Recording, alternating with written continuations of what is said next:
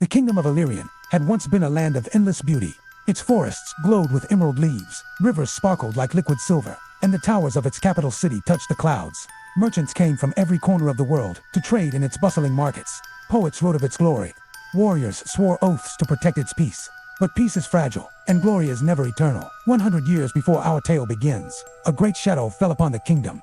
It began as whispers. Stories of villages swallowed by mist, of farmers who vanished in their sleep, of wells turning black. Then came the war. Elarion's armies marched to meet the darkness, but they found no foe they could pierce with sword or spear. The shadow consumed everything it touched, until even the bravest knights turned to dust. In desperation, King Aradel, the last true monarch of Elarion, sacrificed his throne and vanished into legend. Some say he fled to distant lands, others claim he sealed himself in an enchanted tomb. None could agree, but all knew one truth. The royal bloodline was broken, and Elarion was left to crumble. Now, a century later, the shadow stirs once more, and without a king to lead them, the people have no hope of victory. That is, until a young farmhand named Liam finds a mysterious amulet that sets him on a destiny greater than he could ever imagine. It was a time when the sun set early and shadows grew long, when the forests whispered of unseen things and every full moon brought fresh horrors. For the people of Elarion, life had become a desperate struggle for survival. Whole towns had been wiped from the map, and those who lived in hiding spoke of monstrous creatures with eyes like burning coals and claws that dripped with a venom as black as night. The kingdom's once proud banner, a golden lion rampant on a field of deepest blue, now hung in tatters on the walls of the capital city, a silent mockery of better days. All hope seemed lost. That was until one fateful day when the old king's granddaughter stepped forth to claim her birthright. Alara had spent her life in hiding, not because she feared the creatures of the night, but for a far more heartbreaking reason. Her grandmother had died believing Alara to be nothing more than a farmhand, and the memory of her royal lineage had been lost to time. But when the shadow claimed her village and left her alone in the world, Alara discovered the truth of her heritage and the ancient amulet that had been passed down to her. With newfound purpose, she set out on a journey to rally the people of Elarion, mend the shattered kingdom, and defeat the creatures of the night once and for all. But Alara soon discovered that the road to glory is paved with hardship and sacrifice. Not only must she confront the creatures of the night, but also the remnants of the old kingdom, who would rather live in darkness than see another tyrant take the throne. Can Alara overcome these challenges and bring light back to the kingdom of Elarion? Or will the creatures of the night consume her and all hope along with her? Find out next time when we continue this epic tale. And if you want to help shape the story, join our community, where your voice can be heard and your ideas brought to life. We've already started discussing the next chapter and would love for you to join the conversation. So what are you waiting for? Click the link below to join our growing family of adventurers and let your journey begin. Together, we can help Alara save the kingdom and bring light back to the world. Don't miss out on the next chapter of her epic tale. Join our community today. When the sun dipped below the horizon, the world changed. Gone were the golden wheat fields and placid cows grazing in Windermere. In their place stood jagged rocks and twisted trees clawing at a sky filled with ash. Kaelen stood at the edge of the village, clutching the hilt of a sword given to him by a grateful elder. Fear gnawed at him, but duty was a stronger flavor. His mother stood beside him, her face pale but resolute. "Be careful, my love," she said, taking his face between her hands. "The darkness growing in Elarion is unlike anything we've seen." Then she was gone, swallowed by the encroaching night. Taking a deep breath, Kaelen turned toward the tree line and the darkness within. Whatever lay ahead, whatever horrors awaited, he would face them. For his village, for his mother, for Elarion.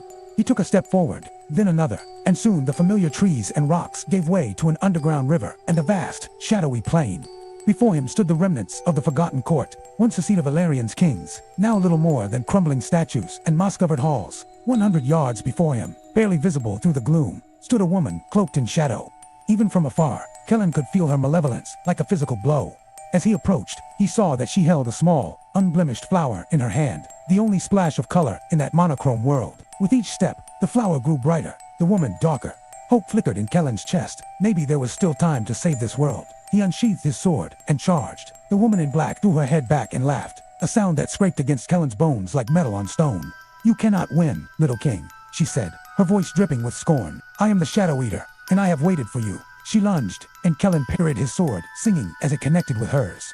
Sparks flew, not of light, but of shadow, coalescing into wisps of darkness that writhed and snapped at him. Overwhelmed, Kaelen stumbled backward, crashing into a broken pillar. As the Shadow Eater approached, he closed his eyes, waiting for the end. But it did not come. Instead, he heard the soft rustle of fabric, and the coppery scent of blood filled his nostrils. Opening his eyes, he saw the Shadow Eater, kneeling beside him, holding a bloodied dagger to her chest. "Why?" Kaelen whispered, his mind reeling. "You could have killed me before, Why now? The Shadow Eater looked up, her face pale under her cloak. Because I see the dawn in your eyes, little king, she said, her voice hoarse. And I am tired of the endless night. With that, she collapsed, her form dissolving into wisps of black smoke that drifted toward the horizon. Watching her go, Kaelen felt a profound sadness. He had defeated the Shadow Eater, but he had not defeated the darkness within him, nor the darkness without. For as he stood there, the world around him began to fade, replaced by the wheat fields of Windermere. And yet something was different. The air thrummed with renewed magic. The river sparkled with life. And as the sun rose, painting the sky with hues of gold and rose, he felt a sense of belonging, of purpose. The battle was over, but his destiny was just beginning. Thank you for watching. If you enjoyed the story, please hit the like button and share it with a friend. Your support helps us bring more stories to life. Now check out these other epic tales and adventures from our channel. And until next time, farewell. The wind snatched at Kaelen's cloak, whipping it around him like a living thing as he stood on the precipice. Below him, the world stretched out like a tapestry woven with silver thread, the river, Elarion, snaking through it like a fallen star. Beside him, Serenia, the last of the seers, raised her staff, its tip glowing with an otherworldly light. This is it, she rasped, her voice like the wind chimes in the Elarion palace gardens. Here, you must make your choice, Kaelen of Elarion. Do you still wish to defeat the shadow that has fallen upon your homeland? He swallowed, his throat tight. Since the death of his parents, Kaelen had carried only two things with him. A satchel of bread, his father's old dagger, and the guiding wisdom of Serenia, the seer. With his father gone, and his home overrun by the shadow, Kaelen had set out to defeat it. But Serenia had explained that he could not win, while the shadow held the crown of Elarion, a relic that lay hidden somewhere in the wastelands. The crown was said to awaken the full power of the royal bloodline, granting its wearer abilities beyond mortal ken. Without it, though Serenia warned him, he was but a candle against the storm.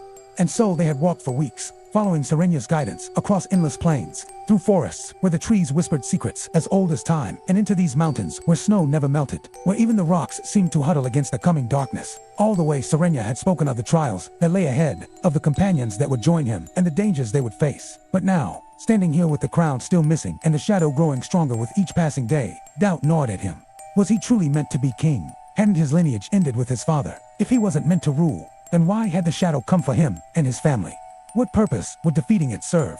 As if sensing his turmoil, Serena laid a hand on his arm, her touch surprisingly warm. Why do you hesitate, Kaelen? She asked, her voice echoing with a strange power. Do you fear the task before you? Do you fear who you might become? He shook his head, meeting her gaze. I don't want to fail, he admitted, his voice hoarse. I don't know if I'm strong enough. She smiled, a sad, knowing smile. You are stronger than you think, Kaelen, stronger than you will ever know. But you cannot face this trial alone. You must trust in the companions the fates have placed in your path. And just as Serenia spoke, the world shifted, as if in response to her words. From the swirling mists of the mountaintop emerged three figures. The first was a young woman, lithe and graceful, with eyes that shone like polished emeralds. She wore leather armor that spoke of countless battles, and a wicked smile played on her lips. In her hand, she held not a weapon, but a length of rope, which she twirled with practiced ease. Behind her walked a man clad in battered but well-crafted armor, his shield bearing the crest of a snarling wolf. A long sword hung at his side, its blade gleaming with an inner light. He, too, had weapons enough. As they drew closer, Kaelen saw the glint of steel in the firelight, the flash of emerald in the shadows. A thrill shot through him, a sense of foreboding, but also excitement. He felt like a puppet whose strings were being cut, like a bird whose cage was opening. He didn't know where this path would lead, but he knew he could not turn back. Not now, not when the fate of Elarion and perhaps the whole world hung in the balance. The young woman halted before him, her emerald eyes boring into his. So you're the famous Kaelen of Elarion, she said, her voice like the chime of bells. I'm Leora, and I gotta say, you're not nearly as impressive as they hyped you up to be. He blinked, taken aback by her audacity. Before he could respond though, Leora was already scampering down the mountainside, her laughter echoing behind her. Come on, Slowpoke, she called back. We got a crown to find. And so their little band set out once more. The farmer, the thief, the knight, and the seer. Guided by the whispers of fate toward a destiny none of them could yet foresee. 4. Legends said the crown of Elarion was hidden in the Temple of Echoes, an ancient ruin carved into the cliffs of the western wastes. Many had sought it before, and none had returned. When Kaelen and his companions arrived, they found the temple not guarded by soldiers, but by trials of the spirit. In the first chamber, Kaelen faced an illusion of his greatest fear, himself, consumed by shadow, destroying the very village he longed to protect. Only by accepting that darkness existed within him could he pass. In the second chamber, Leora faced her past, the family she had abandoned in hunger. The faces of those who had cursed her as a thief. Tears burned her eyes as she admitted her shame, and only then did the illusions fade. In the third chamber, Duran faced the memory of the Lord he had failed to protect. With steady breath, he knelt and forgave himself. At last, they reached the inner sanctum where the crown rested upon a pedestal of stone. Kaelen touched it, and powers surged through him like fire. His eyes blazed with golden light, and for the first time, he felt whole. But destiny is never won without cost. As Kaelen claimed the crown, the shadow itself awakened, rising from the floor like a living storm. A voice echoed in their minds, deep and cold. "You are nothing but a child of dust. Elarion belongs to me." The temple collapsed as the shadow attacked, and though Kaelen and his friends escaped, they knew the final battle had begun. Previously, on the legend of Vox Machina, our heroes found themselves in the middle of a war between the moon and sun, Ashari nations at each other's throats. And while Lyre and the others searched for a way to stop the fighting, Kaelen sought out the lost crown of an artifact of immense power that could tip the scales of war, but which had been lost for centuries. To find it, he braved the perilous western wastes, a vast desert haunted by nightmares and illusions. But when he arrived at the fabled Temple of Echoes, he found it guarded by something far more dangerous than any monster or man. The temple was guarded by trials of the spirit, trials which tested not their strength, skill, or even their courage, but their very souls. For within the temple, Kaelen faced his greatest fears, and Leora her deepest regrets. Meanwhile, the enigmatic Vax made a shocking discovery about the nature of the crown and the shadow that clung to it. Now the group must face the final test. The collapsing temple itself, menaced by a growing darkness that threatens to consume them all. What will become of Kaelen and his companions? Will they claim the prize for which they risked everything? Or will the Western Wastes claim them all? Find out right here. Our champions stood before the final chamber of the Temple of Echoes, the air heavy with anticipation and the sound of their own breathing. Before them loomed a great archway, its surface shifting and swirling like water, hiding whatever lay beyond. This was it, the last trial, the final test of their wills. Taking a steadying breath, Kaelen reached out, his hand trembling slightly as he pushed aside the curtain of energy. The archway yielded easily, opening onto a circular chamber bathed in golden light. In its center sat a pedestal of unpolished stone, upon which rested a crown of gold and silver filigree. It was beautiful, yet somehow unsettling, as though the very air around it hummed with latent power. But there was no one to challenge them, no guards or traps, just a crown and the echoing silence of the ancient temple. For a moment, no one spoke. Then Leora stepped forward, her eyes fixed on the crown. She had walked through the illusions of her past and renounced her shame. The whispers of doubt and fear no longer had power over her. Yet, as she reached for the crown, something stirred within the pedestal, coiling around its base like smoke. A low growl rumbled beneath the stone, growing steadily louder, until with a sudden crash, the ground split open and shadowy tendrils erupted skyward, reaching for the party with cruel intent. From the depths of the earth, a voice boomed, echoing with an enjoyed malice. "So you have come at last, little worms, seeking the prize that lies beyond your kin. But the crown is mine, yours truly, and I will have it back." As the shadow rose, taking shape before their eyes, Kaelen recognized it with a jolt. He had seen this horror before, lurking at the edges of his vision during his darkest moments. It fed on his doubts, his fears, and the pain of his past, twisting them into weapons against him. But now, it was real, tangible, and it hungered for the crown. Leora stumbled back, her face pale. I don't understand. What is this?" Beside her, Vax, whose feral instincts had been honed by years of living in the shadows, was already moving. He danced back and forth, weaving through the tendrils of darkness, his twin daggers flashing. But the creature was too quick, slipping through his grasp again and again. As the battle raged, Kaelen stared at the crown, torn between his desire for its power and the creeping dread that coiled in his gut. Could this being, this shadow, be the key to stopping the war? Was this what the elders had meant when they spoke of balance? Of course it was. He had felt the power of the crown, the way it resonated with his very being, the way it seemed to call to him across the ages. If he could wield its power, if he could bring it back into balance, perhaps he could end the conflict that had divided his people for so long. But as the shadow swooped toward him, tendrils reaching, he knew he couldn't do it here. Not while the temple was crumbling around them, not while his friends were in danger. With a shout, he met the creature's charge, the two figures crashing together in a whirlwind of darkness and light. As the chamber shook and the ceiling rained down debris, Kaelen knew he had only one chance to end this. Reaching out, he grabbed the crown and held it aloft, focusing his will, his hope, his dreams for a better future. The news traveled fast. The heir had returned. Word spread like wildfire through the villages that had once fallen into despair. Now they lit their torches again. The farmers put down their tools and picked up spears.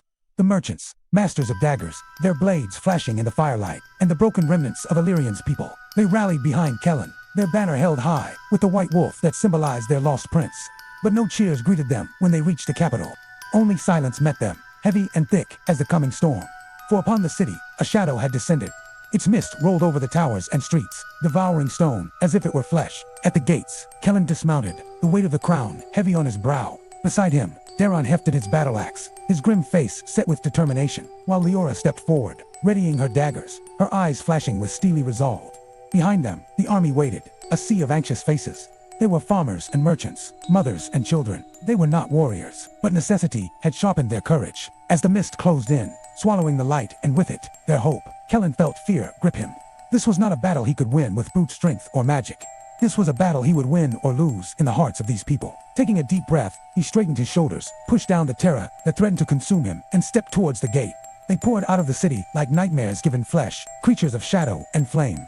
And each strike they landed drained the hope from the defenders, whispering doubts in their ears, feeding their fears. Yet Kaelen fought back. His power blazed within him like sunlight, forcing back the encroaching darkness. Every time he raised his hands, the ground shook and light tore through the shadows. But the shadow was vast and unending. For every creature he destroyed, 2 more rose to take its place. And as the battle raged on, the army began to falter. The creatures of shadow seemed endless, their numbers swelling with each passing moment, their attacks growing bolder and fiercer. Fear spread through the ranks faster than courage could, choking the cries of defiance and extinguishing the fires of hope. Then Saranya's voice echoed in his mind, steady and strong, cutting through the chaos like a beacon in the night. "The crown does not give you power," she said, her voice ringing with ancient wisdom. "It awakens what was already within. Trust not the crown, but yourself." Her words struck him like a revelation, shattering the fear that threatened to overwhelm him. He was not Elarion, the legendary hero, and he did not bear the burden of his father's legacy. He was Kaelen, son of Bryn, the baker's son, from the village of Oakhaven. He was the friend who had saved a village elder from a collapsing granary. He was a young man who had faced down a bandit, not because he was destined to be a hero, but because it was the right thing to do. Because it was who he was. With a deep breath, he cast aside the crippling fear that had been sapping his strength. He would not fight for glory or even destiny. He would fight for his mother, whose stern face and gentle hands had shaped him in the crucible of love. He would fight for his village, for the people who had welcomed him back as one of their own, as Kaelen, not as a prince. And he would fight for Leora and Daron, for the friends who had stood by him, who had believed in him when he had doubted himself. For them, he would face the shadow, not as Elarian's heir, but as Kaelen, the boy who had dared to dream of a different future, and who had refused to let go of that dream. The shadow lunged at him in one final, terrifying surge, and for a moment, all was lost. Then, as the darkness closed in, ready to consume him, he remembered Saranya's words. "Trust not the crown, but yourself." With a cry of defiance, he pushed against the encroaching gloom, pushing it back, forcing it to recoil. And in that instant, the tide turned. The power within him, the power that had been his all along, surged forth like a tidal wave. A wave of pure light exploded from within him, blasting outwards, tearing the darkness to shreds. The shadow screamed as it shattered, its essence dissolving into sparks that vanished into the wind. Silence descended upon the city once more.